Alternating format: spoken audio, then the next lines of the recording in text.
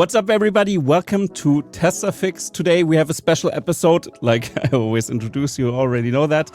I want to talk about the Cybertruck today and also about the implication that this has on the competition of Tesla again, because I think it's very important to look at the competition as well.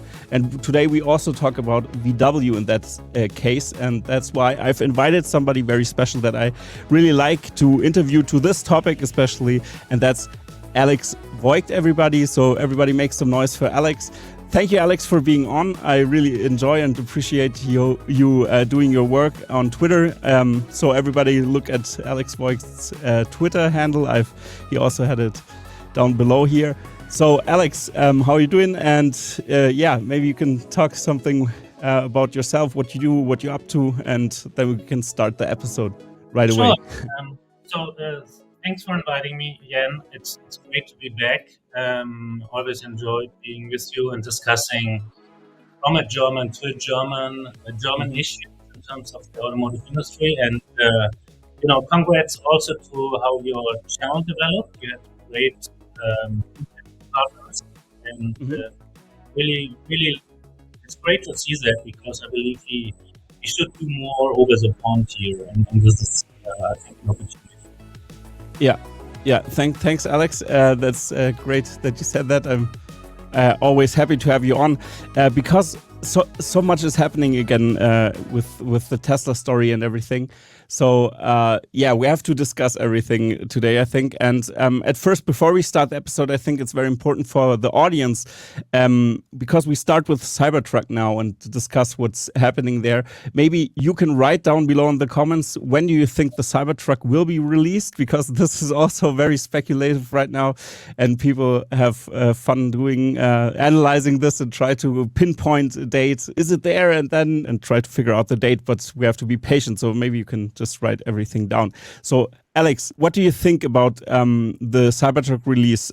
Because we had Tesla Q and many people talking about the stuff, saying that this is vaporware, the Cybertruck will never be released. And then we have a video like this, for example, a photo of this Cybertruck, for example, in the wild. And we also saw this here, this camouflaged Cybertruck rolling around in the wild, and also the first Cybertruck that rolls out of the production line.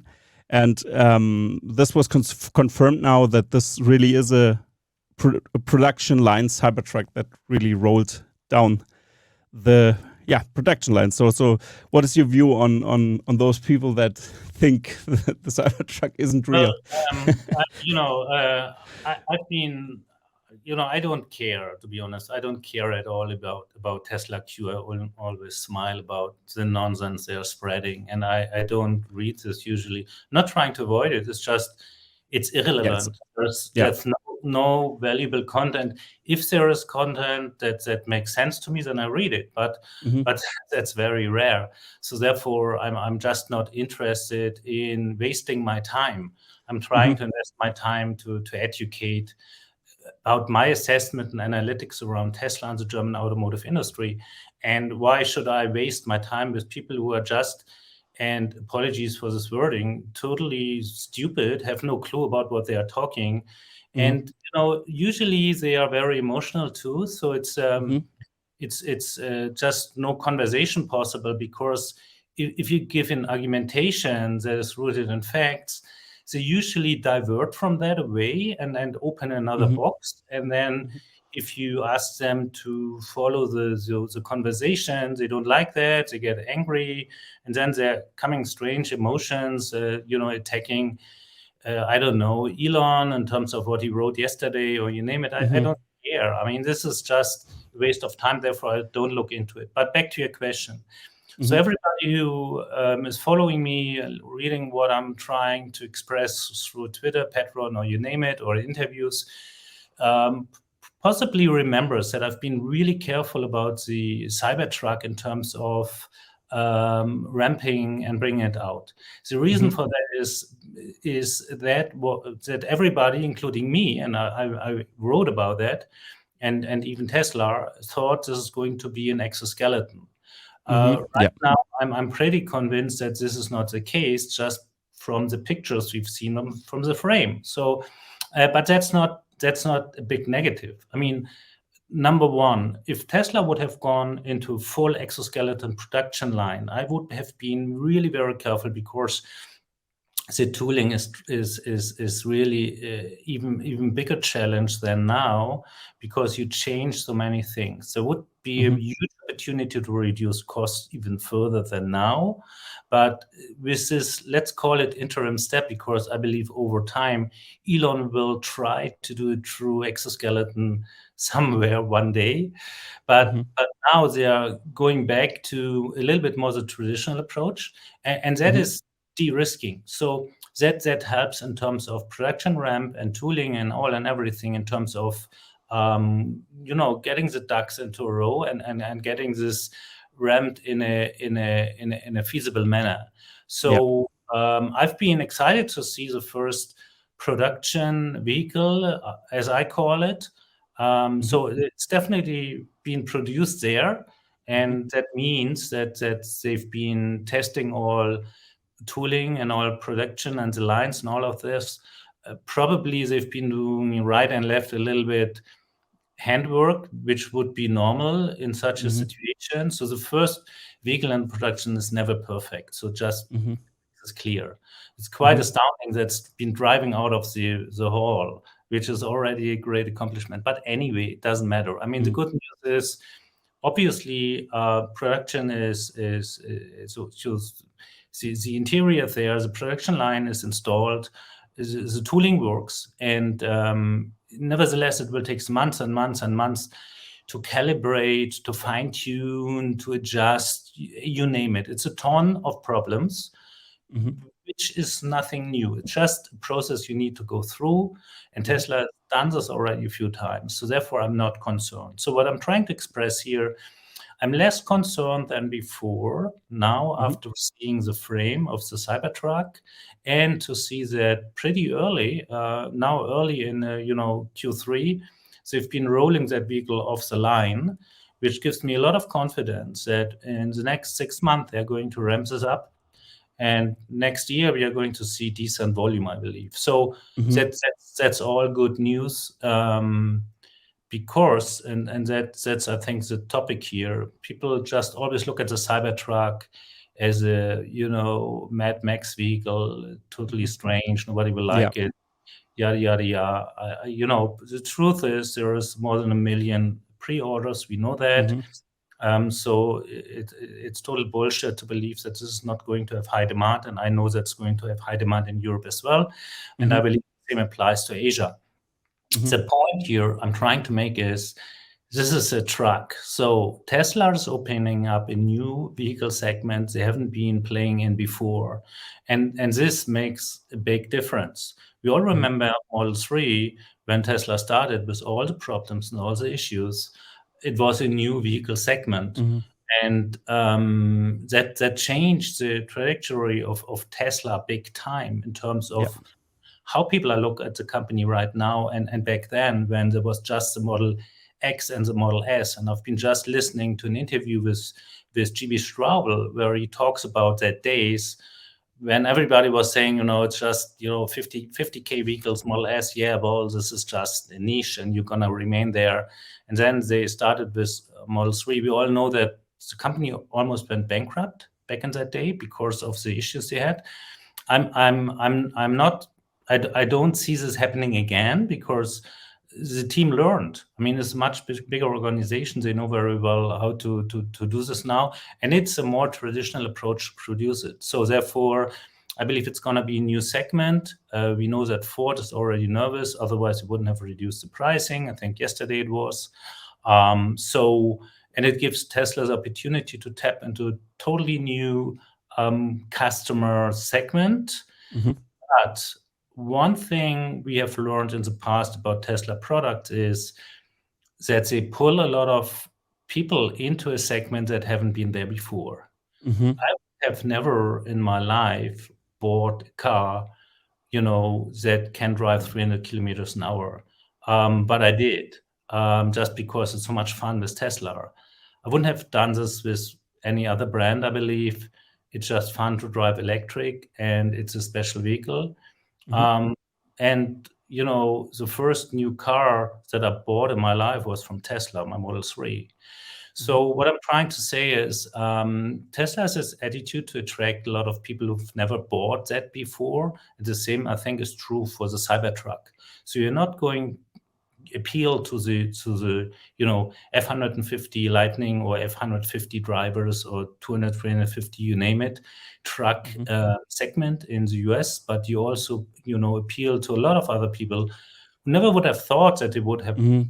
buy a truck before. So Yeah, the people in between, right? The people that yeah, are like not real the truck guys, but from the specs, the truck guys can use it, and the middle segment as well. The people exactly. that are transitioning to those So, segments. so, Yeah.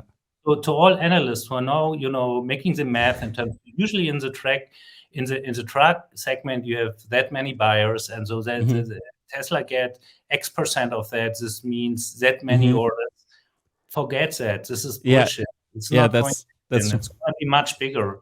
Um, you can't apply what you've been applying in the past to calculations like that simply because Cybertruck is a totally different vehicle. And for Tesla, this is going to be, again, a very high profit vehicle, not in the beginning. There's no doubt that they're going to make a loss per vehicle in the beginning, which is totally normal. Everybody's doing that. But over time, I think probably latest next year, they're going to be break even and then going mm, to have a high profit on it. And then they mm, go from there and it will go exponentially up. So yeah. it's a new era for Hmm. Tesla. It's going to be very exciting. And I believe that this is going to change the perception of Tesla big Hmm. time because they're not going to stop there. There's going to Hmm. be a van coming out sooner or later. I'm Hmm. talking Exactly. about, Yeah. and we're gonna see different other vehicles. Actually in every segment, and Yeah. Elon confirmed that already. So every segment you have in the vehicle market, Tesla is going to play in there. And Hmm. some people already say that, over time, there's likelihood that Tesla will not sell only 20 million vehicles per year, but more than that. So we'll Hmm. see. Yeah, I have to add something there because I'm from video production, so I've made a lot of music videos as well also for the rap industry, and I can say or the music industry, and I must say this thing will be a cultural hit. This will be a pop culture car as well. This will be a collector's item as well. People will buy that not to haul anything, but to flex on the road, like the G Wagon, for example. The Mercedes G Class is also a car that is very popular in LA, for example, or with Yeah. celebrities. And I think this is a celebrity car. Absolutely, I think people will drive this thing. Rappers will drive this thing, and this will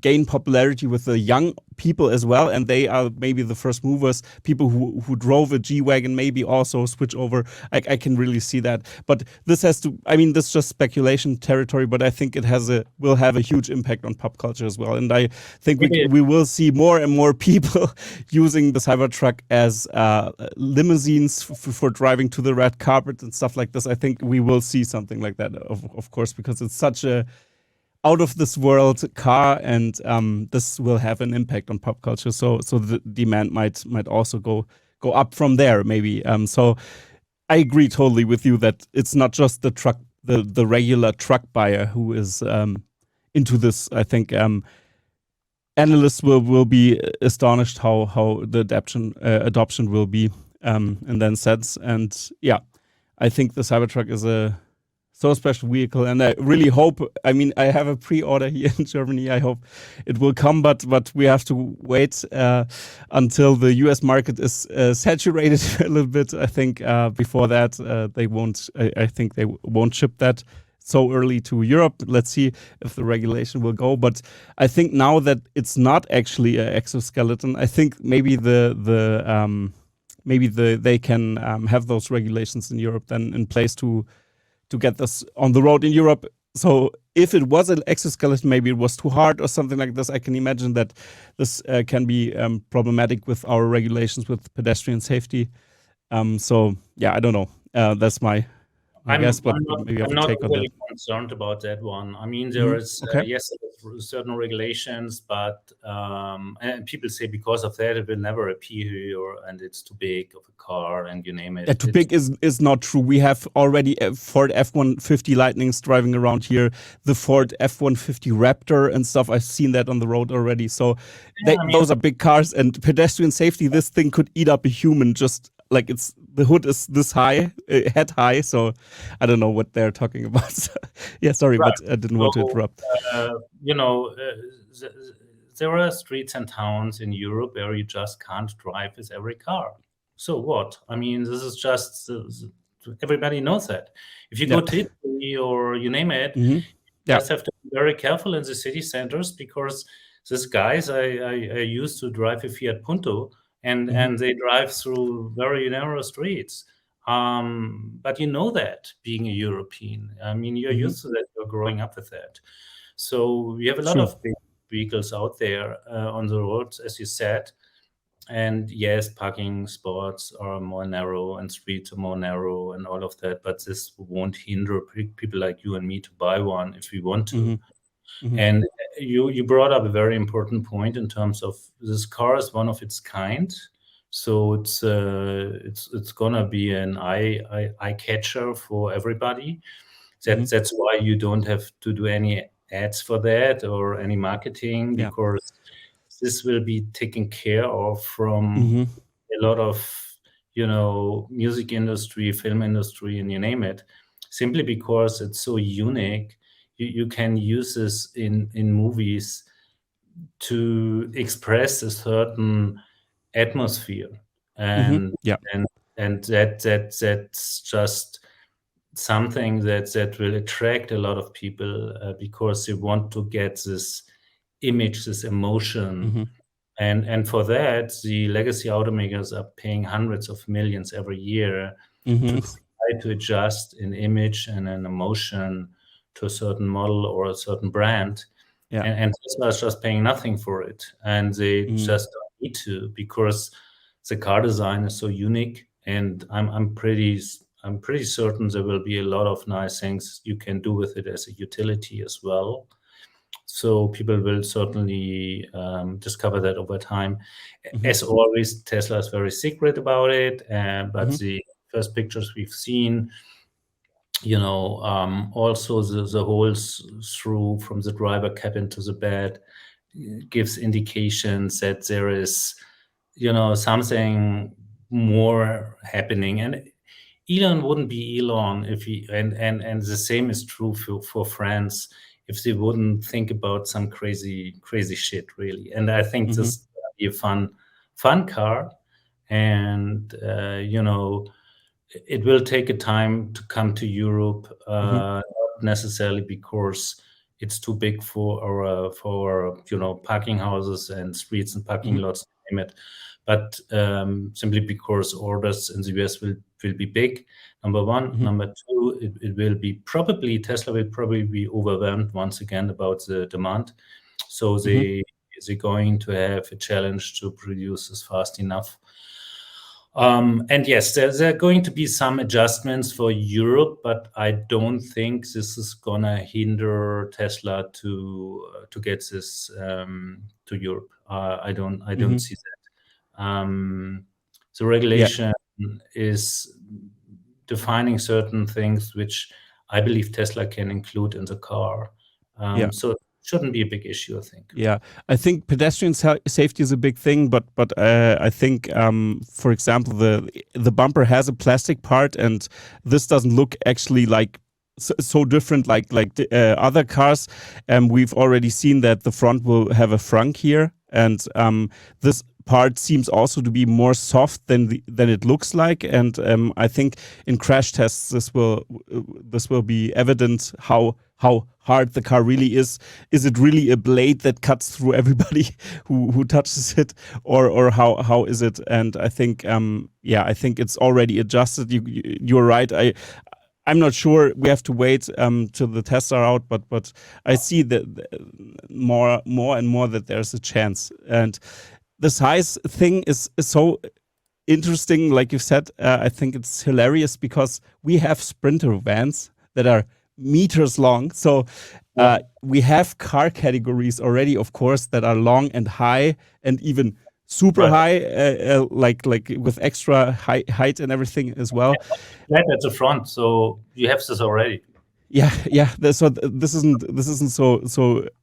It's so problematic, like many people in the US think that Europe is actually. So this is funny to witness again as a German here, but yeah. And what do you think about the new vehicle category, the utility car? I think it's very important because maybe we can draw a little comparison to VW now, but we're going to dive in deeper after a few minutes. But I just want to cut this topic a little bit because they have the transportation cars as well and the utility vehicles, and that this is also a huge sale point from VW in their mix. That's those utility cars, and I think. What do you think about the utility segment that Tesla is tackling now with the van? And we're gonna have, of course, someday a delivery van and everything. So I think this will get bigger and bigger. So what are your thoughts on this new segment? Yeah. So commercial and business vehicles are obviously a big deal here in Europe as in the US. So there's no difference there.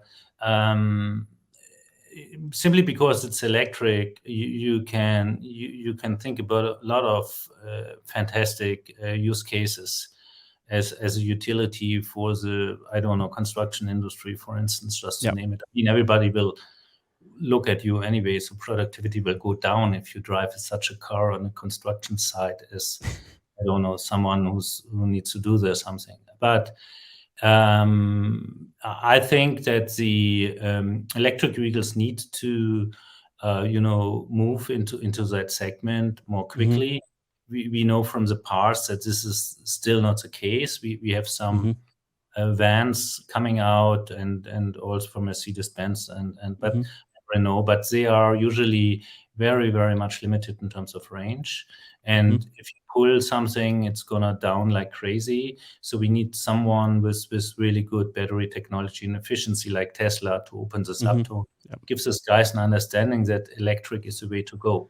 Right now, if you talk to this more traditional, people who are not as crazy as you and me and not attached to electric vehicles very much, they will tell you that this doesn't work, and they will give you a lot of reasons for that. Most of the reasons do not apply, in my opinion, but that's a thought process. So we need to have a proving case, and I think the Cybertruck can be that case that proves that, number one, it's not going to be necessarily very expensive.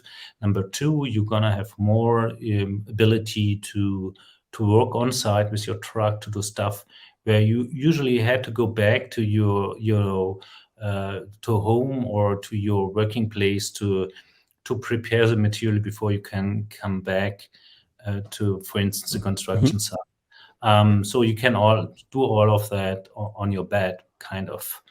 I think that's a big use case. But there are so many use cases for that car you can think about, and there will be a huge industry around it in terms of special appliances and stuff you can mount to it, and you can use the car with, and all of that. So much bigger than we've seen it already with Model Y and Model 3. And there's a lot of stuff out there that you can buy on top of this, what you get from Tesla. So I see this as a very important, proof for the industry, and also for people who go to holidays and stuff. How often do I hear like, I have my VW T-Bus and it's great because we can sleep all in there. I can drive 500 kilometers and I can throw all the bikes and everything inside, or a kayak, and you name it. And then I go to Sweden and have 3 weeks vacation. And I can't do this with any electric vehicle. And I believe that the Cybertruck could make that difference. At least it's a starting point.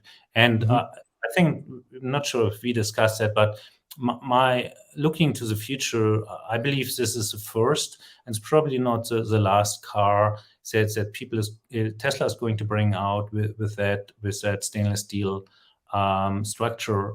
So and we all know that Tesla is continuously improving battery technology. Yeah. So for the efficiency is going to be much better than other, and therefore Tesla is a high likely to move into that segment. And making now talking about VW, you all know about the ID. Bus, which Tesla, which VW was bringing to the market with a lot of marketing effort. So what was their idea? The idea was, the bully bus in the US and California has a long history, and everybody loves the design. And from the hippie era, it's an era, it's a lot of emotions, and all of that is true. So they've been trying to move that emotion into the new time of battery electric vehicles. Therefore, they brought the ID. Bus. So I fully understand the approach there. The problem is that VW, like other legacy automakers, believe that if you have a nice design, good-looking car, and you have stories that you spin around it, people will buy it. And yes, some people will buy it just because it looks nice. But latest, when you try to sleep with your family in an ID. Bus or drive from A to B, you realize it's horrible. Everybody I talk to is just saying this is not even a bus because it's too small. There's nothing you can put in there. It doesn't have any range. And then I have all this issue with charging, and it doesn't scale. And it is crazily expensive too. So I don't want that. It looks nice, but I can't use it. So in other words, VW has in their echo chamber, where the managers talk to the managers and confirm the narrative, which is a false narrative. They've been talking to each other and saying, well, there's a bus, nobody has an electric bus, and we bring this out and everybody will be happy about it. Well, it looks nice. And that's just, shouldn't argue about taste, but it looks great, but you can't use it. So, and it's expensive. So people are, I've seen it on before, do-it-yourself companies put it on the parking lot, standing there for months because nobody's using it, just as an ad for that company. So I very rarely see any on the road being used. I have never seen any family saying this is the right bus for us for our next holiday. So I think they are still a totally open, not touched segment out of there, and we'll see if Tesla is moving quick enough to go in there, because we know from the past that once Tesla brings out a new model, and they've been just doing that, they think about millions and not hundreds of thousands of deliveries. So, and the same is going to happen with the Cybertruck. Maybe we are going to have some variations, like a smaller version or a bigger version, even, you name it, I don't know. But before Tesla moves into a new model, they're probably going to scale a lot of units of that model, which is fantastic for the profit. Helps them to bring the cost down, and with the cost, they bring the pricing down. So because they want to make a change in the industry. Today, I've been reading articles from people who believe that Tesla is trying to kill the auto industry. No, they don't. Actually, they don't care. I mean, they care, but they care for the legacy auto industry to move into battery electric vehicles. Yeah, exactly. And that's their goal. And they break into the old protected market where they all had their nice margin and profit and bonuses, to tell them that life is changing and either you move your ass or you're gonna have a problem, and some have a problem now already. So it's not about killing anybody. It's about applying enough pressure for the traditional industry to understand to move, to move quick. Otherwise, they're going to be gone very quickly. And the developments of the last, let's say, year show us that this is now more likely than before. And all people who've been claiming that battery electric vehicles will never really make a dent into the industry, and this is all applied from the governments with their carbon emission stuff and without incentives that will never work, they've been all wrong, totally wrong. And nowadays over they're pretty years, yeah, over years and years and decades even. Yeah, sorry, I just wanted to add that. Go ahead. Yeah. Yeah, and it's absolutely astonishing. You touch on very interesting points here that I think this ties into what I want to discuss with you also. That is, of course, the developments that we are hearing with VW now. We heard a lot of with BMW already that they want to go the strategy, this route of putting out hybrids, putting out every combustion technology they can. Same for Mercedes. They like, okay, Mercedes is transitioning more to EVs now, but still they are having a totally different approach. But BMW is saying like until 2030, at least they want to have like less than 50% around that number to have EVs. And you can clearly see in their design that they also are more like, okay, we have this platform will be capable of having internal combustion engine, electric motor, or a hybrid motor inside. And yeah, I think they're not all in, especially with their hardcore fans. BMW has a huge problem or issue with their hardcore audience, I think, because it's Bayerische Motorenwerke, so it's like the DNA of BMW is in the internal combustion engine, and it's hard for them, especially for them. I mean, VW from the brand perspective, at least, they seem like they could transition from the brand could transition to EVs more easily with their hardcore fans, but we see the execution is lacking. And now we have new numbers, which is very important. We're going to talk about this as well. And but maybe we start this topic by just putting up your two tweets that I picked out that I thought were, maybe you want to add something, sir. Mm-hmm. Let me say something here. Mm-hmm. Yeah, you're right with all the points you're making. But if we take a step back and look back the last 5 to 10 years, we see that the unit sales, unit delivery of all legacy automakers went down dramatically. They've been telling us that they will come with better battery electric vehicles and Tesla for half the price. And been showing statistics, actually questionable statistics, but they've been trying to convince the audience, their customers, that they are doing very well with 100% growth rate, which is great in battery electric vehicles, and that they are making profit with these cars, which is most cases not true. And now they've been bumping against the wall lately, where we see that and I've been trying to bring this to the awareness of people through my Twitter account, that the battery electric vehicles growth is not enough to compensate for their decline in ICE vehicles. So what we see now, and that's the interesting part, is now they are trying to tell us that, well, because, not everybody wants to have a battery electric vehicle, obviously, which is their conclusion out of the numbers, which are not strong enough. Yeah, nobody wants their vehicle, not, yeah. That's right. They don't make compelling. Yeah, sorry. They claim that because customers just don't want custom electric vehicles, especially now as the incentives are going down from the government. Therefore, it's not attractive enough, and therefore we have to develop new ICE vehicles. And you touched on that. BMW is developing a new generation of ICE engines with 6 and 8 cylinders. So, which is totally nuts. If you think about what is happening globally with battery electric vehicles, it's just, I'm speechless. It just shows that they have understood nothing. And this is what I see in the interviews from the top guys, but also from the mid-management. They really are living in a bubble, and they really believe what they say, which is normal, but they just don't reflect reality.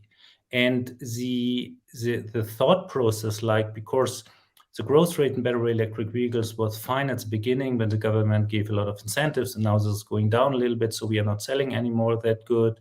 So, and a lot of other people still want the ICE vehicles because they love them and they love the big ICE SUVs we are selling.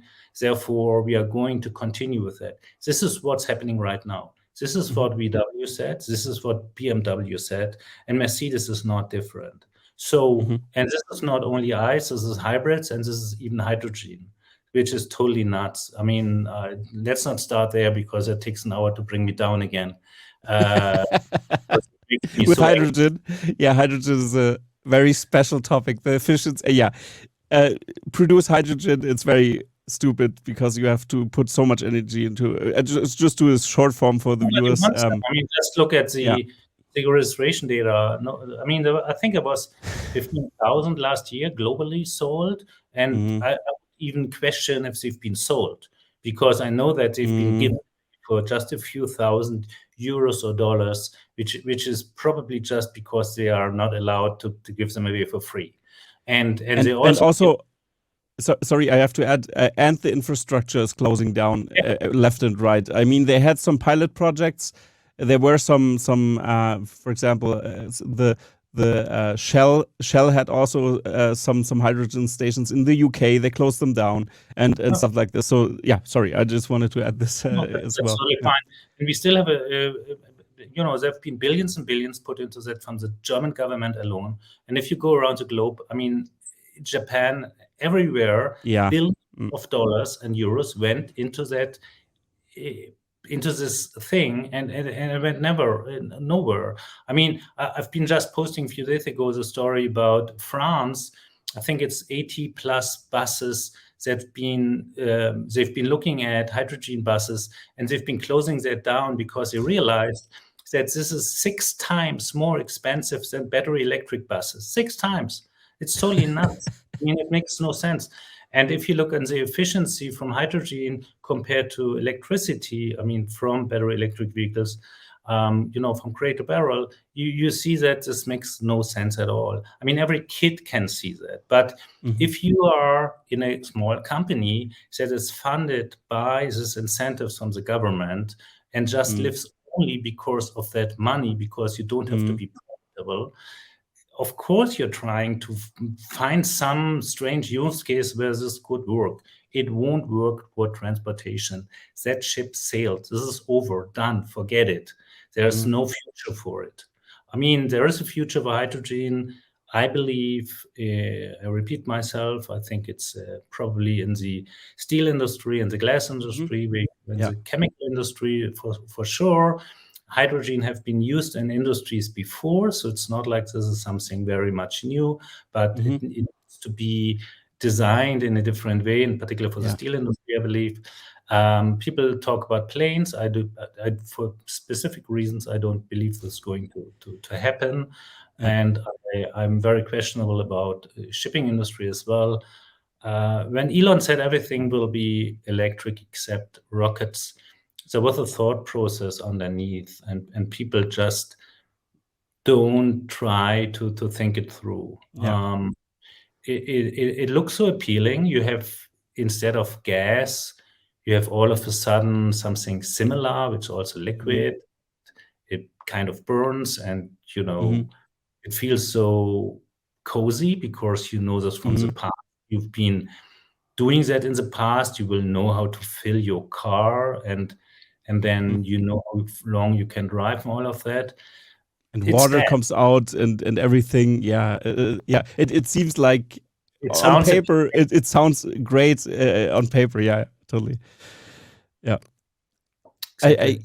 But what I wanted to add here as well is that I think it's important for the audience to know where we come from in that sense, that we are so almost overly critical of the German car manufacturers. I think that's very important to highlight here. This came from a history of living here in Germany and being exposed to this lobbyism that we have here. The strong ties to the government with the internal combustion engine makers here, the car makers, of Germany, and of course they have much power here, and with EU regulations always in the way, kind of, they always had the problem to navigate through. We had Dieselgate from VW, which is actually the reason why we have Electrify America. That's pretty important to highlight here, because it was a compliance thing they had to do. They had to build it out. And what did they do? They built it out so they have complied with everything, but they don't really build it out. And this is the reason we have this strange infrastructure in the USA that is not really working, and people have problems with there because they didn't went all into this. They didn't really want to do it, so they had to do it, and that's how it shows. That's the basis of this infrastructure. But what I wanted to point out here is that when we see positive news, or at least I am highly skeptical, and I really want to look into it very much deeper. And I get that people or people see that and think, for example, Alex Voigt is so one-sided. He's always very critical of the German car industry. That's something I also hear or read from comments and stuff. But I think that's due to the problem that we have such a culture of deception in the German car industry. That it's crazy, and we've seen that. I mean, they try to avoid those regulations, and then they put a device inside of their cars that realizes, oh, I'm in a testing environment.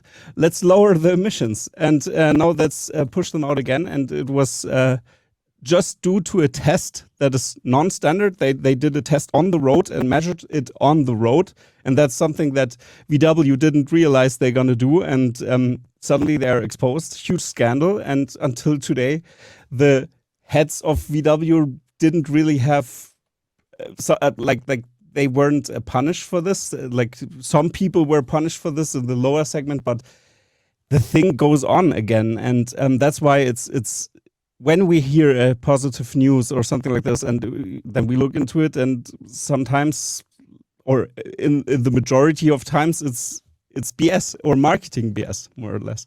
I just wanted to add it here, just so people understand why.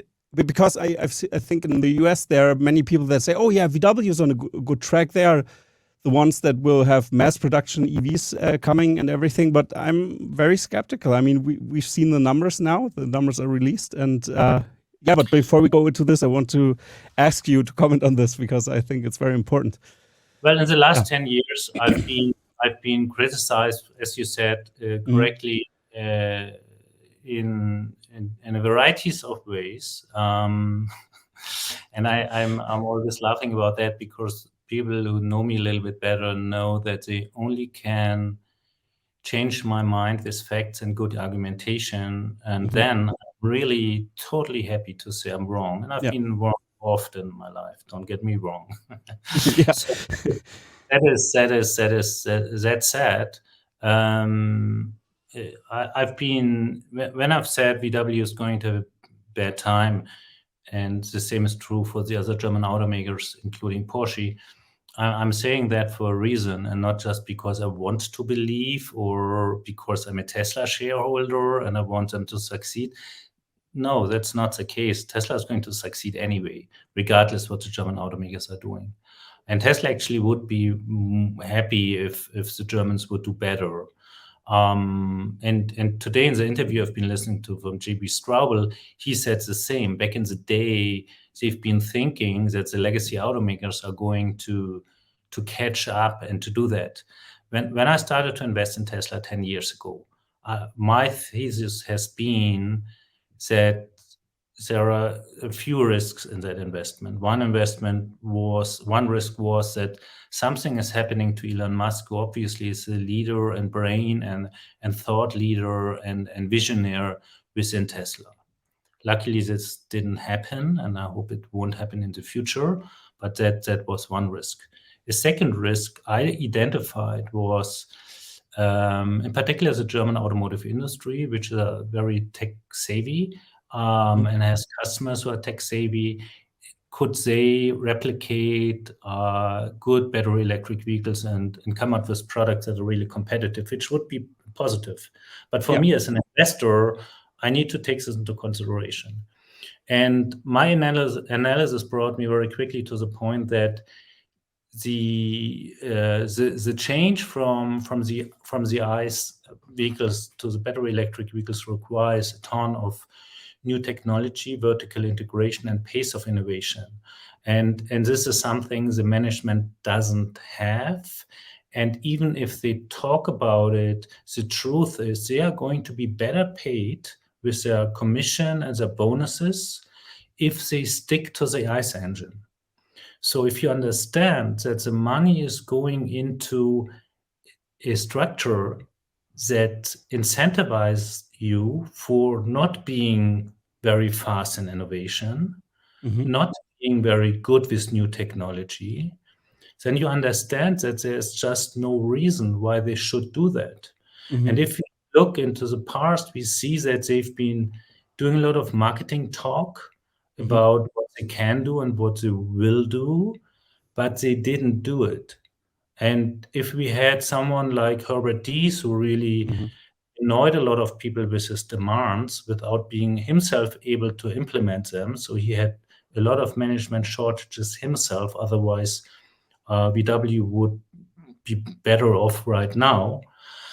If you don't have someone like that, you just are not able to change the culture. And we talk about hundreds of thousands of people who are living from what they've been doing well in the past, which is building ICE engines.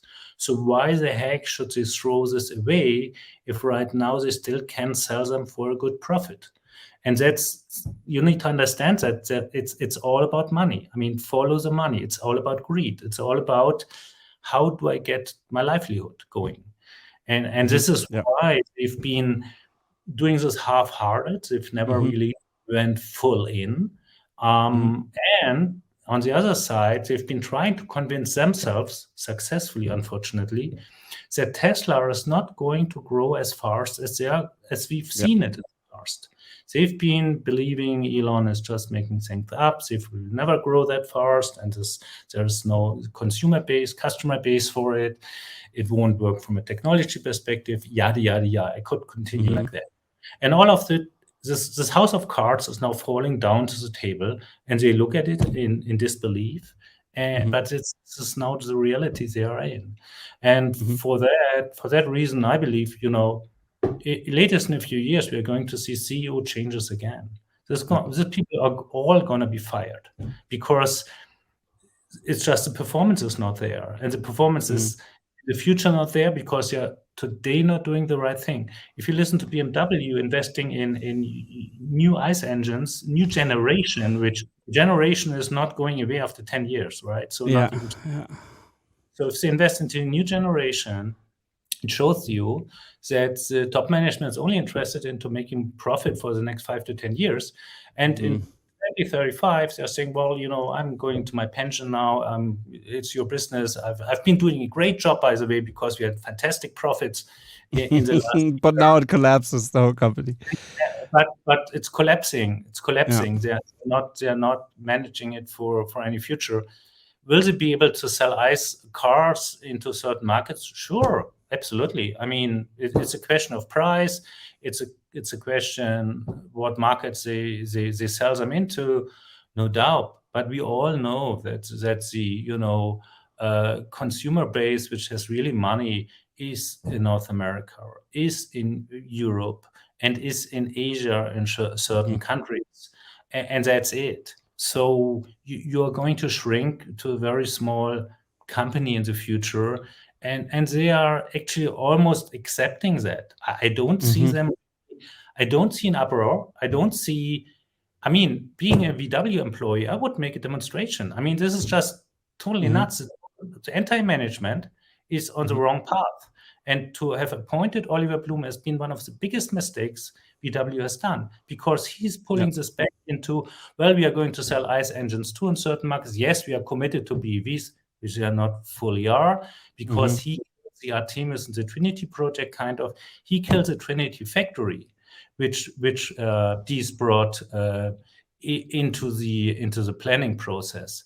So yes, they are going to produce batteries and this and that, but I don't see a strategy really from you to get out of that mess. Yeah. And if we read that Audi is going to look for a new IT platform from SAIC in China, Yeah. we understand that they totally lost track on On what everything. Yeah. accomplish and what they want to give to customers. So I'm very worried. I don't see a way out at the moment. I don't see a strategy from them. I just see them reacting and their productivity. I would be happy to say something different, but the situation is worse than I thought. Particularly if you think about VW, who's just pushed back the new SSP, new generation production platform to 2029, 2030, which is a catastrophic situation to be in. And right now, I think they're all calm because they just don't really understand what is happening. I mean, this is not just Tesla; it's also BYD and others. Yeah, Chinese manufacturers, of course. Yeah.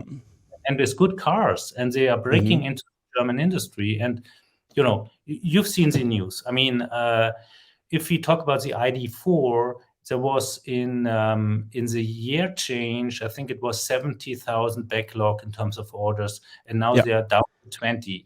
I've also read from other insiders from VW that they had 300,000 BEV backlog order, which was melting down end of Q2 to half, lower than half. Yeah, and people I've inside read that. VW were saying, if we continue that trajectory, and I don't see why it wouldn't continue, we are running out of orders in fall. Just think about it. VW Group having not enough orders anymore to produce battery electric vehicles. We've heard that Emden is closing down shifts for battery electric vehicles on the MEB platform, and they've been extending the vacation, the holiday break in the summer, because so closing down everything at that time. Nothing new. They are doing this, but they just put a few weeks on top of that, which tells interesting. So it's horrible, and so I want to add something there, because we talked about the ID bus, for example, as well, and the numbers were like around 40,000 sold. Like the production rate was 40,000. I think I have this number in my head, but they sold half.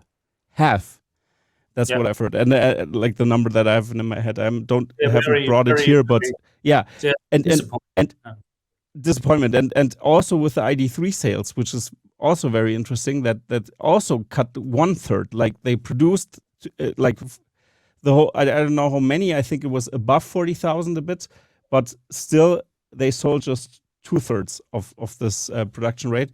And in China, it's even more horrible. We know that this VW CEO in China said recently that they want to look into internal combustion engine vehicles again, to sell this in the market. But they don't really realize that the Chinese government is totally on board with BEVs, and they're gonna push through to get this on the roads, because we have those Chinese. They of course realize that they have all those Chinese brands that are going into. They try to go into the European market now.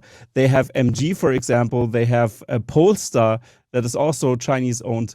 The whole Volvo group is owned by Geely, and so Geely is behind many of those smaller cars, and even more cars are going over there. So it's delusional to say let's go into internal combustion engine, just because now they have short-term upside, it seems like, but they can't ride this wave anymore. It's done. And I have to highlight here again that me as a German guy living here, do I want unemployment in the country? No, of course not. So I think it's the same with you. I want them to succeed. I want VW to be a great company. I want BMW to step it up. I mean, they had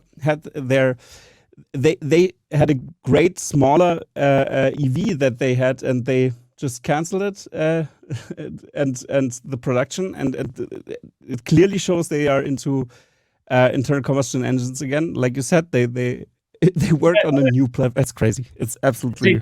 They just do it because they probably know that the order entry for ICE vehicles is not that bad in certain segments, so they can provide vehicles there, and they make a profit. So therefore, they get their bonus, and the company results wouldn't look that bad. So that's the thought process. Yeah. Totally stupid, because if they do not Long invest term.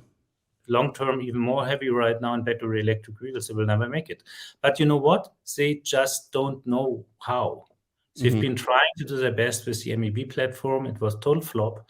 You and me remember when Herbert Diess back in the day was giving this concept, or this case model, where they calculated what's going to happen if MEB is flopping, and they came up with about 30,000 people they need to, I think, get rid of or fire. I think it was 20. I think it was 20,000 in Wolfsburg. He warned the managers, the top managers, where he also brought Elon Musk in the call. It was a few years back, I think 2 years back, or 1.5 years back, around 2 years back.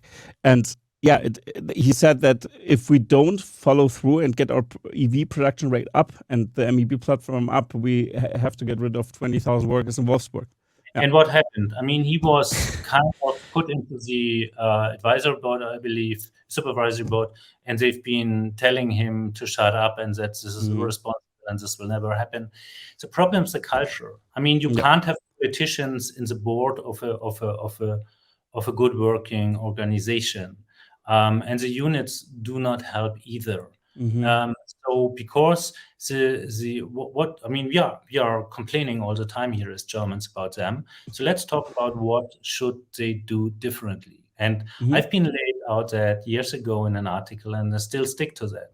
So I've been saying, VW Group should have taken, I don't know, a few billion, starting with 2 billion, later upscaling it to 10, 15 billion from their cash flow, and they have that money, and to start a new company. Like Volvo started with Polestar, totally new company, independent. You get the brightest heads out of your organization, and from outside, you put them as a management in that organization and give them the right separated totally, decision making, everything. You can have people in the board, but not in a volume that they have any mandate to decide the future of that incumbent organization. Yeah, not the whole Porsche Piech family, please.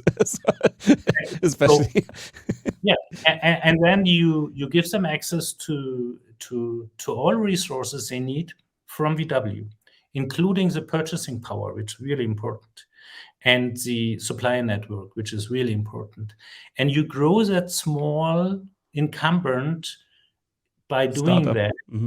Startup, and they have all freedom. There's no pressure in terms of profit, in terms of margin. All pressure is just you bring the best battery electric vehicle for, if that is in mass produced for a low price, that really can compete in the market.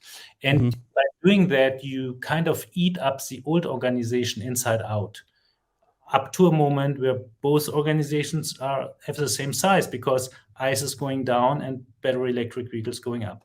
And you continue that. That's the only chance I've seen for VW Group. But knowing the culture, how political the company is, and how greedy the managers are, this will never happen, because they are saying, I'm just here for the next 3 years. If we start such a new company, it will make losses for the next 10 years before it achieves break even. Later on, maybe nice and fine, but I'm not around here anymore, so why should I do that? And as you said, the Porsche Piech families, who are really the strong stakeholders in the back and who are really making the decisions, their agenda has been very different. Ask yourself why Oliver Blume was promoted from the CEO from Porsche to the CEO of the VW Group. Very simple. They've been losing the mandate on the VW Group in the past. So Diess was nobody who really supported them very much, which is why we had... They sacked them. And the Porsche Piech families are not visionaries. They have not really understood battery electric vehicles at all, and they just want their money, because this is not a family out of 4 members. We are talking about a a few hundred millionaires who are getting every quarter more millions, and they just don't want to stand there without them. This is an ecosystem that is feeding itself, and it needs to be fed all the time. Otherwise, they are not happy. And their reaction in the past, they are not happy is they bring a new CEO. They change the board and the dynamics. So they have now more influence on the VW group, which is actually bad, with Oliver Blume, who was always more attached to Piëch and Porsche. I mean, not the company, but the families. And this is why and how he managed, Blume managed to get in. I'm not sure if you remember, it's many years ago that I've been put out a tweet where I've been saying that I know from trusted sources that Oliver Blume is preparing to take over the CEO position of the VW group. There was a big uproar that can't be. I mean, that's not happening. He's has just started, blah, blah, blah. Oliver Blume has prepared for a long time to become CEO of the group. And unfortunately, he's not a visionary at all. I mean, his understanding is that what he has done at Porsche kind of worked very well for him. So it will work well for the VW group, which is the biggest mistake you can make. Because a small niche sports car producer with a high margin and all the money you need for doing everything for a small group of customers who are paying a premium. This is not VW Group. It's just total. Yeah, absolutely. Yeah, totally. I mean, yeah, that's true. I mean, it's interesting to see also that because you've mentioned many layers here, and VW Group is like an onion. That's why we have to like peel and peel and peel. That's why it's so difficult for outsiders to understand what's happening there, because it's hard for insiders to understand what's happening even. So, but I think the most evident thing we've seen in a couple of weeks that is very important here, because I really want, I mean, we started with Tesla and the Cybertruck and the success of Tesla that they have, and that they are maybe not so good with timelines, especially even Elon Musk's always promising too early and everything else, but they are doing it in a timeline that is unprecedented in the industry still, but they get totally bashed because of this in the media all the time. But I think, interestingly enough, if VW makes a statement like this, I'm going to put it up here. VW CEO Thomas Schäfer expressed in a speech to managers his frustration with the declining demand for electric cars, stating that the company's vehicle business was sick and that the roof is on fire. I mean, if this is a CEO telling this from a brand that is very secretive with their problems, especially, and coming from a company culture where admitting mistakes is seen as like, you can't do that in Germany. That's totally bad in our culture to do this. So if he tells something like this and does a spending freeze actually to newer investments, which is horrible to hear. I've talked about this with Yashu last week. Going through a recession now, and this is something that's happened. That's totally dangerous. These are totally red flags happening here, and this is really existential, actually, if you read into it. But those two tweets you've made are very interesting. You summed it up very well. I think you've said here also or quoted Schäfer here. Schäfer called his speech the final wake-up call and implemented an immediate spending freeze, except for essential investments. That sounds for me that everything that makes money will be more invested, and everything that doesn't, more or less the BEV space, is freezed. That's what I read into it. But maybe you can elaborate your tweets here. Yeah, sure. I mean, let's make a step back and look at the entire auto industry. What happened in the past is that the legacy automakers been having great profits, right? So we've heard fantastic numbers, record profit. So this is what we heard in the last quarters. So how has this happened? I mean, we had the supply limitations in semiconductors, as well as harnesses and batteries for a variety of reasons, which helped the companies because there was fewer output, and because of the overall situation, every customer understood that, and because we had inflation, it was easy for these automakers to increase prices. And they didn't just increase the prices by what they've lost through inflation or because they just didn't get enough supply.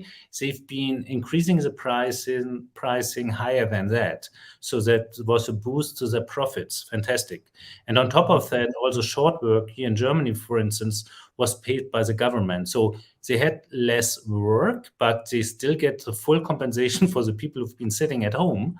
So there was nobody that needed to be fired.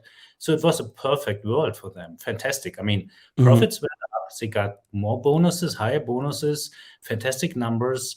Stock prices went up partly.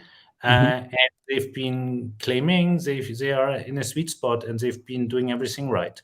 So now the situation changed, right? So we are kind of, inflation is tempering down, still there, still biting us, but it's tempering down. It's number one. Number two is the supply chain is relaxed, so you could produce more cars. So therefore, you just don't have any more the good argumentation for increased prices. So, and then all of a sudden Tesla is coming out and saying, you know what, we are going to reduce pricing across the board no matter what. We don't care.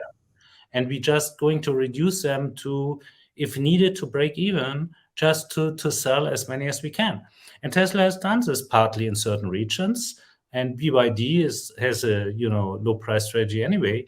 And in the volume segment, where pricing is very sensitive for consumers, people have been just looking for other offerings, and they've been looking for EV offerings. So therefore, they've been not buying cars from legacy automakers and from German automakers. So now VW, which is a volume brand with Seat, with Skoda, and with the VW brand, they've been now in a really bad situation because their battery electric vehicles are comparably expensive. I mean, you can compare the ID.3s to the Model 3, and you just get a ton more.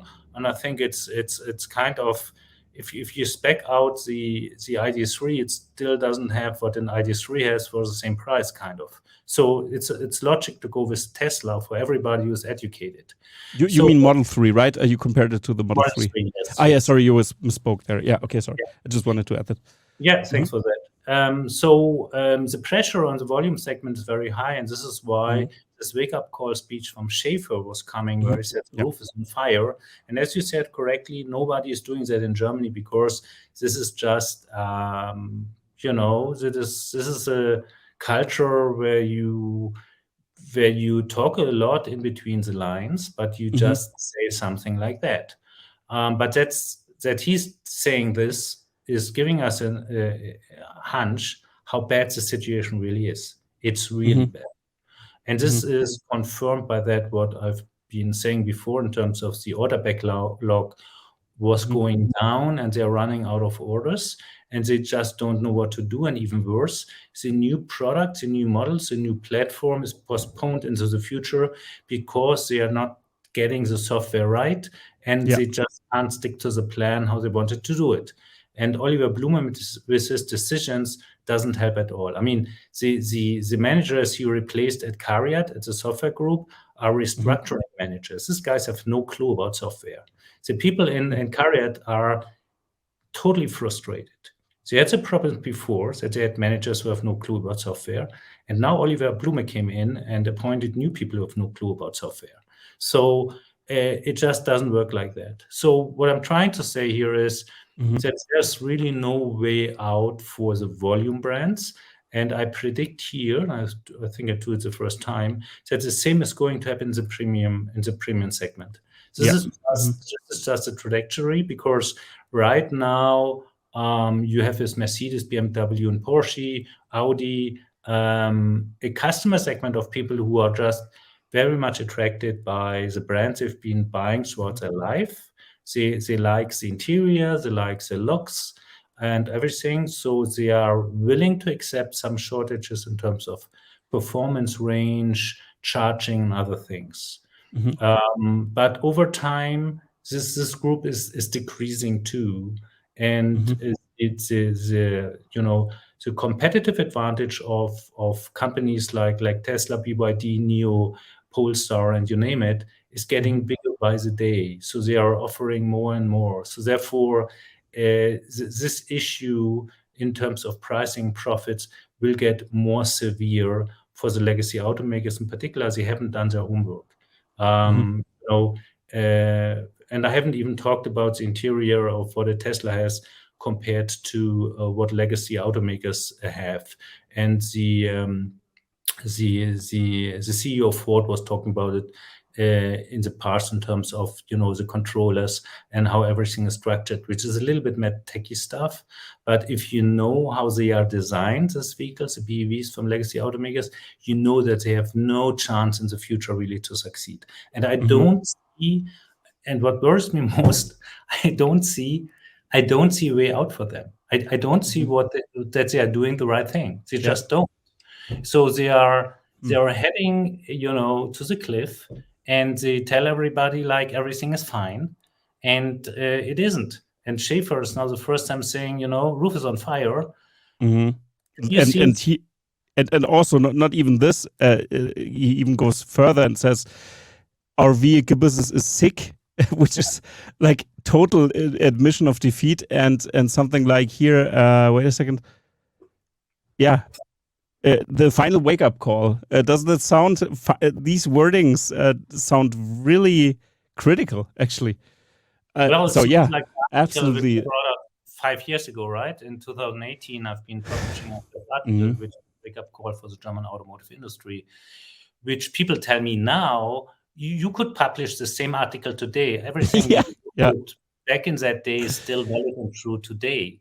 And I was hesitant at that time to bring it out, although I've been very much convinced that it's going to happen like that. And this is what we are seeing right now. Unfortunately, I would have hoped that after 5 years, they have learned a little bit and that they're improving. Right now, I believe the German automotive industry is continuing to shrink. They will try to keep the profits up. They're going to shrink into a premium segment, very much worried about the volume segment, in particular of VW. We're probably going to see more IPOs. With Porsche, a larger portion is going to be on the open market or do it with other brands to get more money in. But I don't see them being able to compete big time into the future. And if you look on the statistics, you're going to see that VW Group has been falling behind BYD already quite a while ago in terms of BEV sales. And we all remember when VW Group was claiming that they are going to overtake Tesla. So the opposite happened. They've been falling behind BYD. And if you just look at the outline of the graph, you see that they are not catching up really. Yes, they are growing a little bit, and they compared year on year, and then they claim victory. But this is not how victory looks like. Victory is what you see on the right side with Tesla and BYD, how they are growing. And and with BYD, we have to take these numbers with a grain of salt, because we all know that a lot of BYD vehicles have been found, huge amount of BYD vehicles on parking lots somewhere, in the desert in China, which only 31 kilometers on the odometer. And there seems to be some corruption and in terms of, let's say, the window dressing, in terms of the registration data that is reflected here in the red numbers. So we have to be careful with that numbers if they are really true. But we know that Tesla's numbers are true, and they are growing faster than anybody. So VW is in trouble, and not sure in the future if number 3 is going to continue to be VW. I rather believe they're going to fall behind in the future. I mean, VW has had only one single vehicle with more than 100,000 deliveries, which was the ID.4. And that doesn't scale for a company, a volume brand like VW, who is creating the cost advantage they had in the past by the high volumes they are producing, simply because the prices on the supplier side for parts being very much reduced simply because of the high volume. And that's not happening anymore right now, right? So they're having an issue. They are reducing the variations already, and they're going to continue to do that in the future because it's too expensive. So all in all, I'm not really positive as you hear.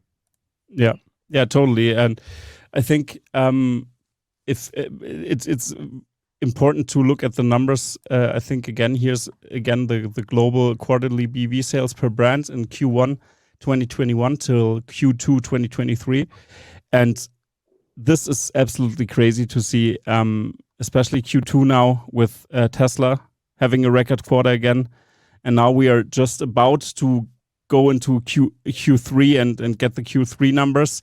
There are some indications maybe that it's just like the same as the numbers in Q2 or maybe a little bit lower. I don't know. We have to see that. The predictions are different, but we have to wait until Thursday or this week is going to come out. But we're going to be the Q2 earnings data. No, exactly. No, the Q3 earnings data will come out soon, I think, from Tesla. Right? Or am I wrong? Yeah, exactly. Yeah. So that's what I meant. So this could even go higher or flatline or be at the same scale. Even if it's going down, it doesn't really matter, because when you see the competition here from Germany, I mean this doesn't look so good. I mean the VW group here is separated in this chart, but still we've seen the numbers in the slide before, and I think this is pretty evident that Tesla has no competition in that sense. They are moving so fast, so far forward, and BYD is like we've seen in the last slide I've shown here. That if you go one back, I think you talked about in terms of deliveries on Q2, because the Q2 numbers from Tesla have been out already. So you probably meant the profit. If you go back to the quarterly chart, which is one of the back again, please. This one, yeah. I just want to explain, because some people are really confused about that. I do this since Q1 2021, and I've been doing it because there was no data available. So I had to do a lot of search, and all the data you see in this chart coming from the automakers. So there was no transparency in the past about that. And I wanted to compare the German automaker brands to Tesla, not to make them look bad, but to give transparency in terms of who's growing, how fast. And you only see it if you compare the quarterly numbers, which is the only numbers we luckily have right now fully. Sometimes I had to calculate a little bit back and forth, but all those numbers are correct and validated.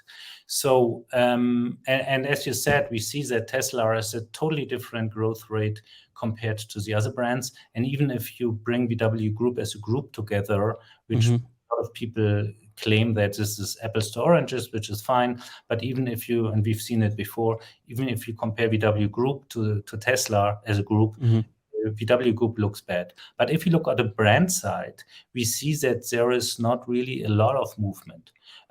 Just at VW brand, I mean, this is kind of looks almost flat, right? Over the in average, on average, yeah. So that's why I'm saying you have to always to be very careful with the press releases where they claim big growth and 100% and victory.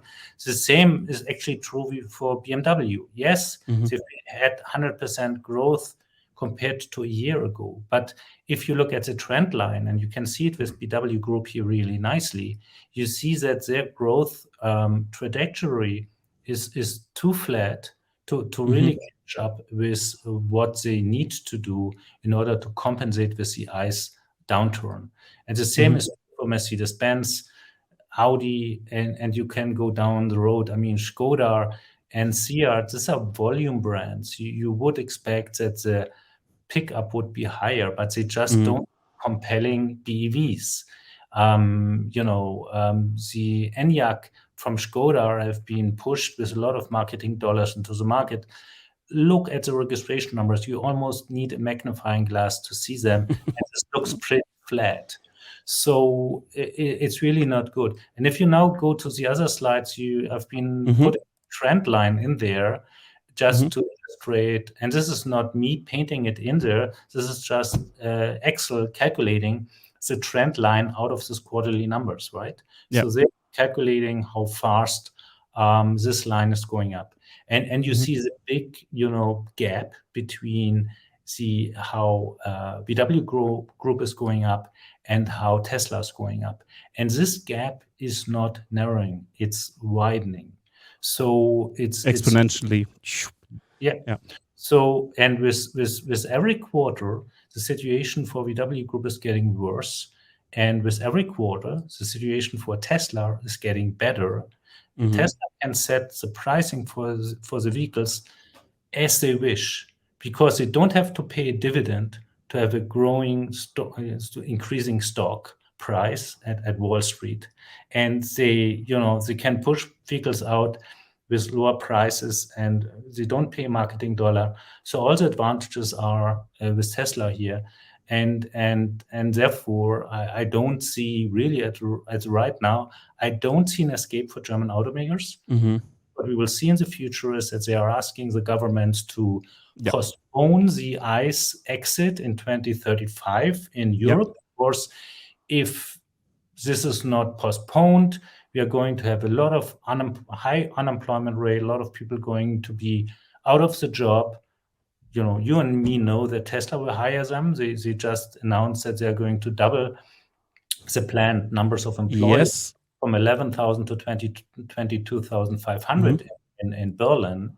So Tesla will absorb a good portion of that people. But the German automakers, legacy automakers, will create pressure on the government to give more incentives, postpone the ICE exit, and allow to sell ICE vehicles in the future and hydrogen and hybrids, which is the wrong way to go. You can't incentivize a dying industry out of the mess they've been bringing themselves into. That won't work.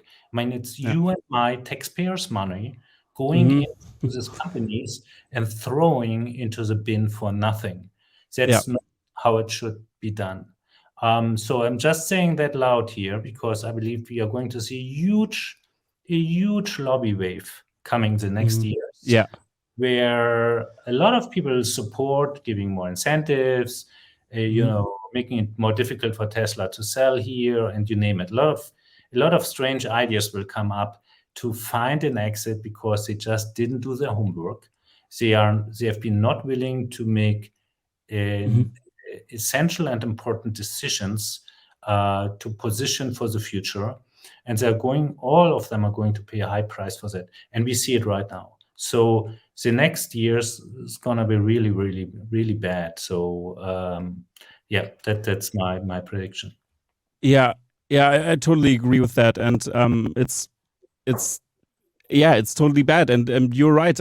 When they announced that 2035, there's going to be the internal combustion engine registration stop, that they won't allow it anymore in the European Union. This was a pretty close, this was a close decision, but it went through. And having something like this in place in the EU level is pretty difficult for Germany to actually change. They really have to get many countries on board.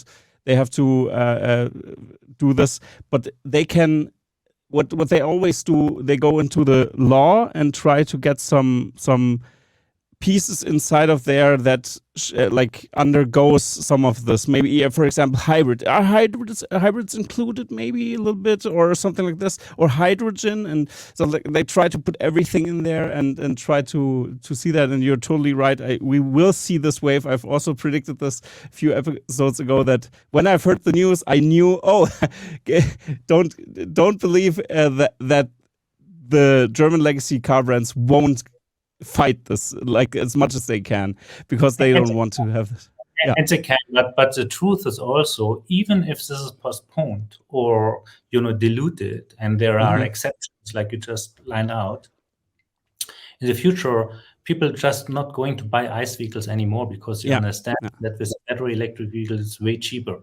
and to drive total cost of ownership way cheaper, and the price tag at the beginning is affordable compared to an ICE, and you just don't have this fuss and this, you know, all the issues with service and maintenance and all the problems. And I'm saying this as someone who was now the second battery electric vehicle driving for many years, and I just had zero maintenance, you know, zero. I mean, think about it.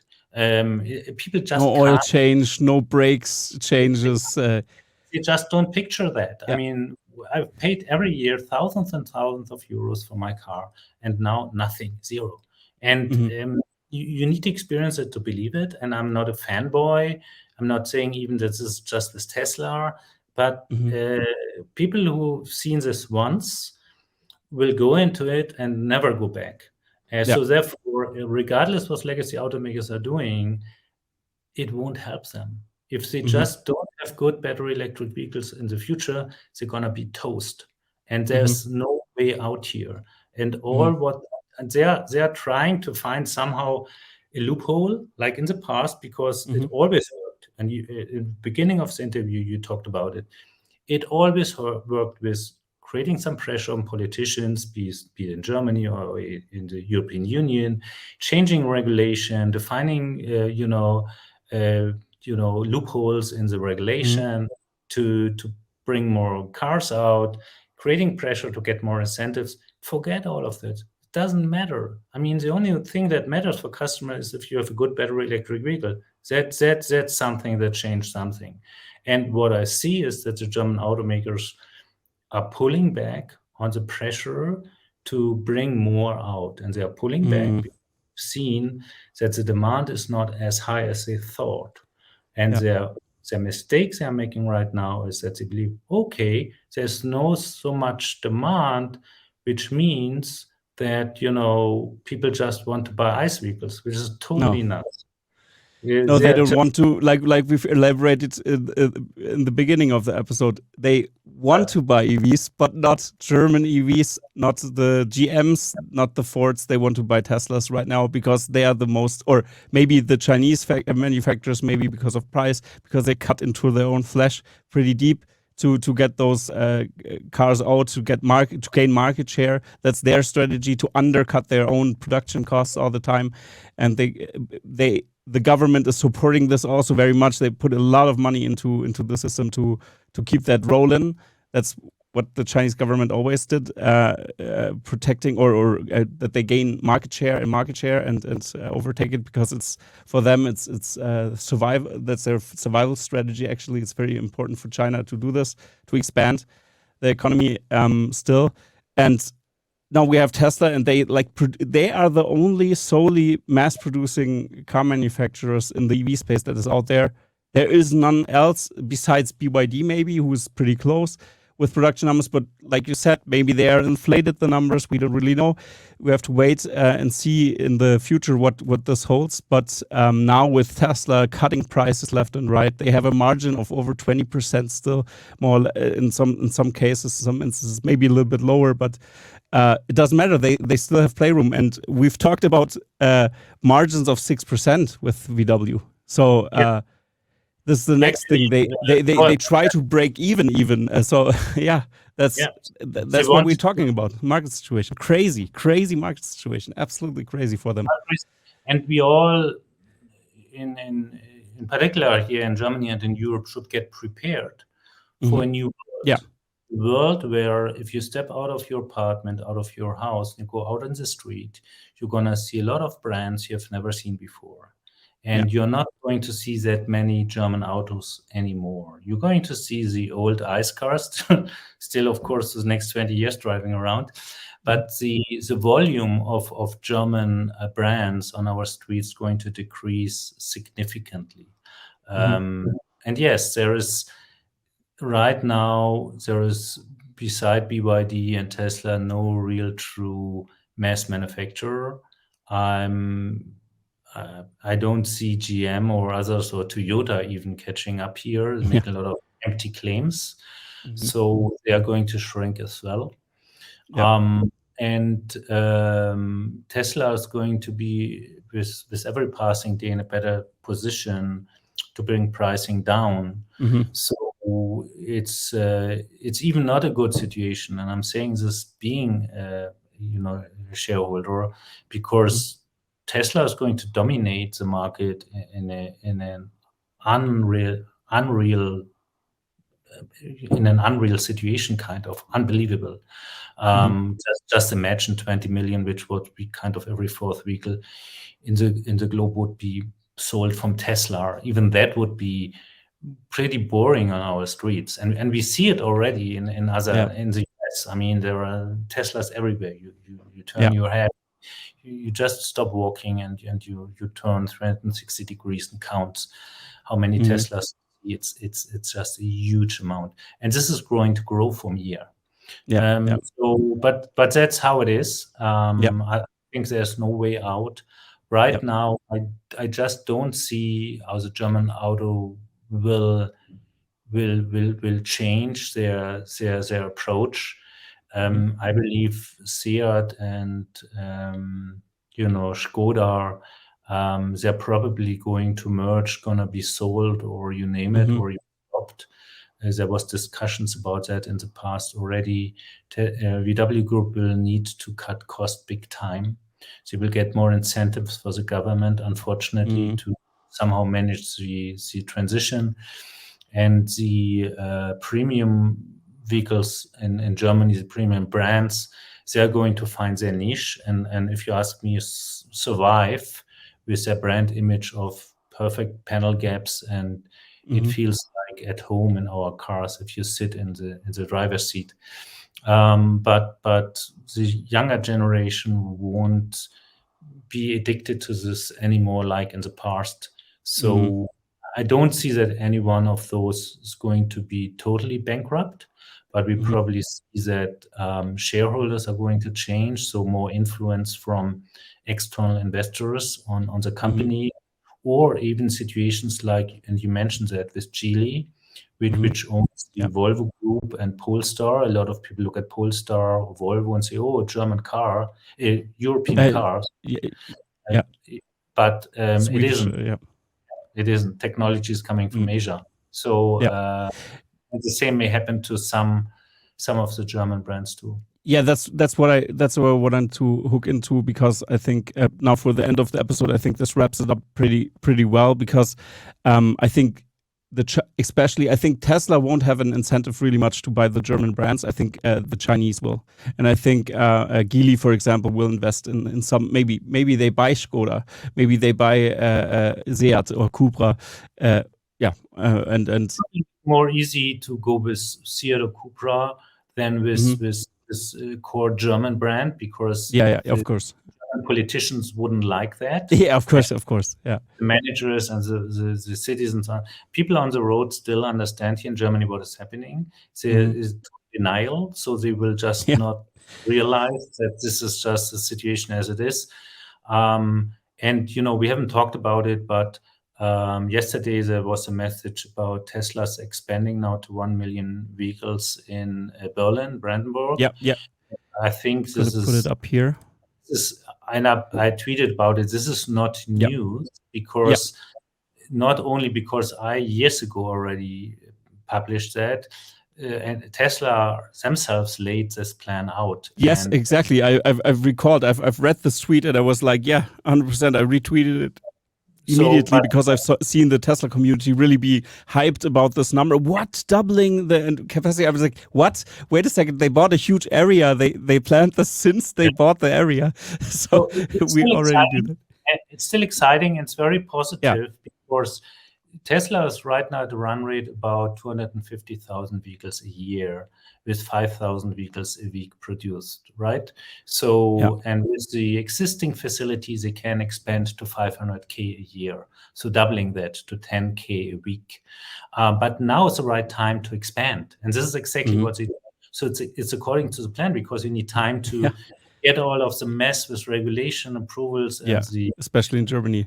Especially in Germany, we're going to see probably the same we've seen before.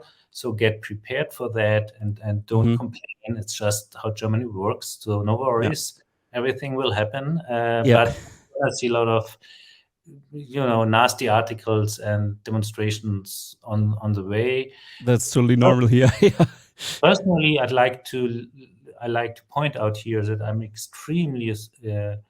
I'm astounded and find it extremely positive that Tesla said they are not going to consume more water. They are doing it with the water they have already, which is 1.4 million cubic meter, which they've been guaranteed by contract from the local water suppliers for the first 500K vehicles. So now picture that. They just say, well, no problem. We just do double the number, going to 1 million with the same volume of water, which is fantastic. I mean, this should create a lot of positive headlines. Of course, it doesn't, because we are living in Germany. Nobody talks about that. International, nobody talks about that. It's one of its kind. It's fantastic. It's positive. And we also know, and I'm saying this just as a precaution for the future, we already know that they go to 2 million. This is also visible in the documentations. It was leaking through here and there, and it's obvious. Tesla always have one factory they expand, where they think about millions of vehicles. They design the entire infrastructure and the supply chain around in a way that they can scale it up to millions of vehicles, because they want to go to 20 million. So that's their plan. Yeah, of course. Yeah. Will Tesla have a new factory somewhere in Europe? Yeah, maybe. I don't know. Maybe not. I would rather bet for mega packs, so Tesla Energy, or a larger battery factory, because I'm not sure if there's enough space in Berlin to expand as they want to. We will see. Right now, as we've seen from the accident picture, all the battery packs are still coming fully assembled from China, I guess, to Berlin, even the US. No. But in the future, there will be a battery production either in Germany or somewhere. I doubt that it will be France. A lot of people think France. But, if you know France a little bit, nothing against France, but, they have 40 days holiday. They are very, they like striking very much. And the unions are extremely strong there. So I can't imagine that Elon would find this a good solution for a vehicle factory. The same is true in a different way for the UK. So I can't imagine that with Brexit and all the issues around that's true, around the island with European Union, that they do something there. But I think Spain is pretty interesting in that sense. Maybe, But they need a couple of more factories anyway. So therefore, I early on said that India is a potentially good choice. It looks like this is going to materialize. But I'm 100% sure they have a team here in Europe looking for potential locations. Yeah, of course. Negotiations, and of course, no final decision yet. But Tesla need to expand, and they will. I have no doubt about it. Not only in Berlin, but probably also in other places in Europe. Yeah, we will see. Yeah, totally. I totally agree, Alex. Thank you very much for laying that out for us. I think it's very important to listen to this. This was more of a deep dive, which I really think is important to analyze the competition of Tesla as well. Hopefully they wouldn't be more competition, more maybe partners or something like this. But it seems like they can't deliver. It's sad, but it is true. So we just can sit on the sideline, eat popcorn, and prepare for a huge collapse in the German economy.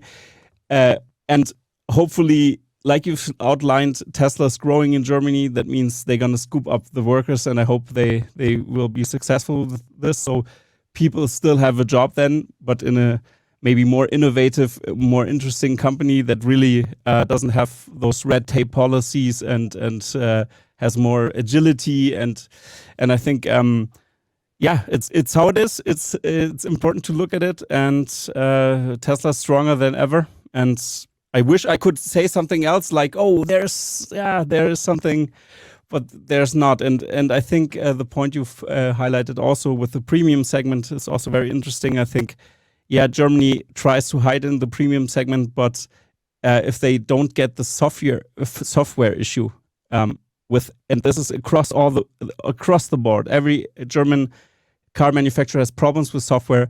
We had a huge brain drain in the 90s that everybody went to Silicon Valley, and also very talented people in Germany just went over there. And that's what we see now. And this will be, the gap is getting bigger, like you said, more and more. And yeah, on that note, we have to sadly end the episode because we could talk for hours and weeks, I think.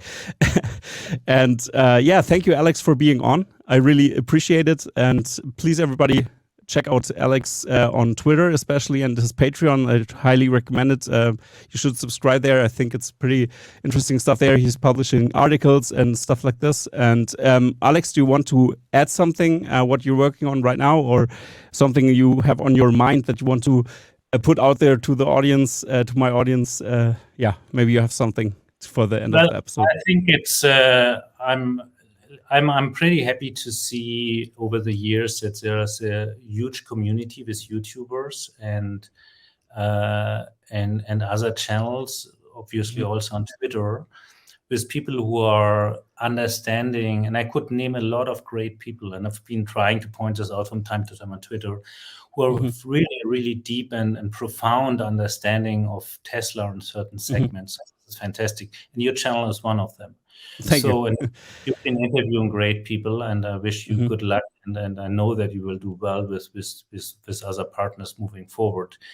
I'm really grateful for all the people who are going out there and talking truth, because when I started, the world was quite different in terms of looking at Tesla and the world, and discussing what may happen or may not happen.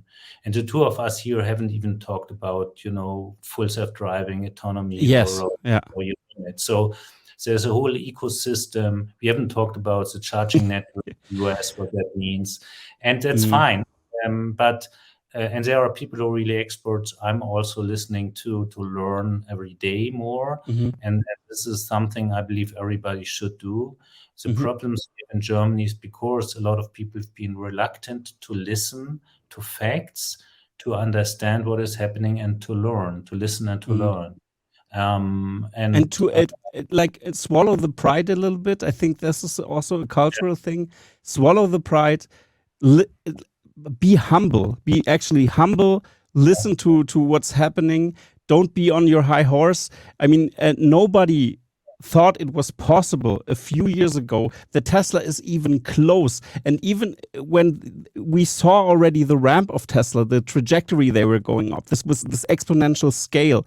And we warned, hey guys, wake up, it's time now. It might be too late, like 5 years ago. And people still laughed. Ha ha ha. Tesla, the panel gaps. Ha ha ha ha. And now where are the panel gaps? They're smaller. They're better. The quality control is better. It keeps getting better and better the more they go into mass production, of course. And this is something that is. I just wanted to put this rant again in there, but yeah. So thanks for your work also. Yeah, I wanted to add this. Appreciate it. I mean, this is just a part of my nature, and I just like others. I mean, Mark McGrine or Tesla Daily, Rob, and many other people who are doing this day by day because they've invested a lot of money in the company and just want to go see where it's going to. My focus a little bit more on the German automakers too, because I believe there's a lack of understanding globally about what's happening here in Europe. That's true.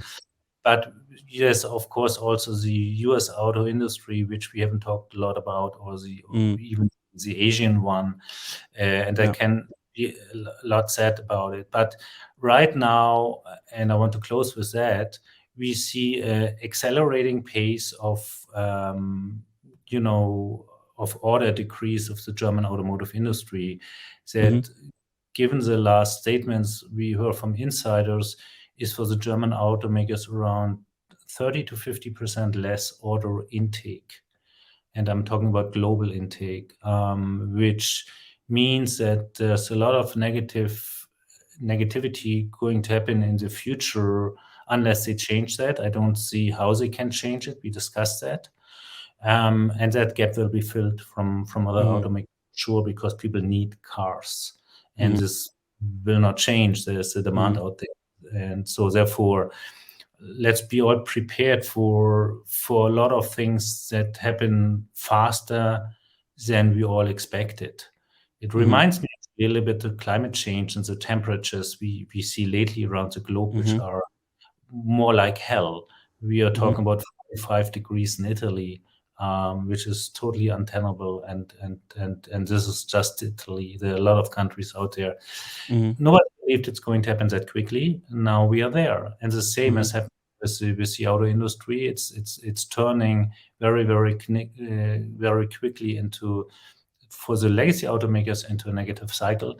And to say what everybody thinking, not everybody will survive. There's no doubt about that. We've seen consolidation already in the past. Some of the startups already left, also in Germany. So Motors, just one example of many. And but there is, unfortunately, in that segment, more bad news to come. But on the long run, the new companies, the startups, the ones who are succeeding, are, bringing us into a new industry, into a new world, and it's a better situation. So, talking a lot of negativity, which we spread here about the German automotive industry, but at the end of the day, Germany will not go under. It's just transforming, and that gives me a lot of hope. So, I think it's just, we are just on the journey, and in that respect, I'm pretty positive about the future, and believe there will be a new situation that we will see, which creates a lot of profit, a lot of value here in Germany too. Still not with legacy automakers, but with other organizations. So very kind words, or promising words, at least for the end, a little bit more positive from that sense. So I think for this episode is just one last thing to say for the audience listening. Maybe you can write down what you agree with. I really love the discussion in my comments. I reply almost to any comment that inspires me to write something, and I'm pretty like the discussion. So please keep it going. If you have a question, please write it down below. Or if you think we've missed something, please write it down below. And there's one last thing to say to the audience, and that's goodbye, everybody. Wasn't this episode awesome? Let's accelerate the pace of innovation by subscribing to Tesla Fix. It is my absolute favorite channel on the whole interwebs.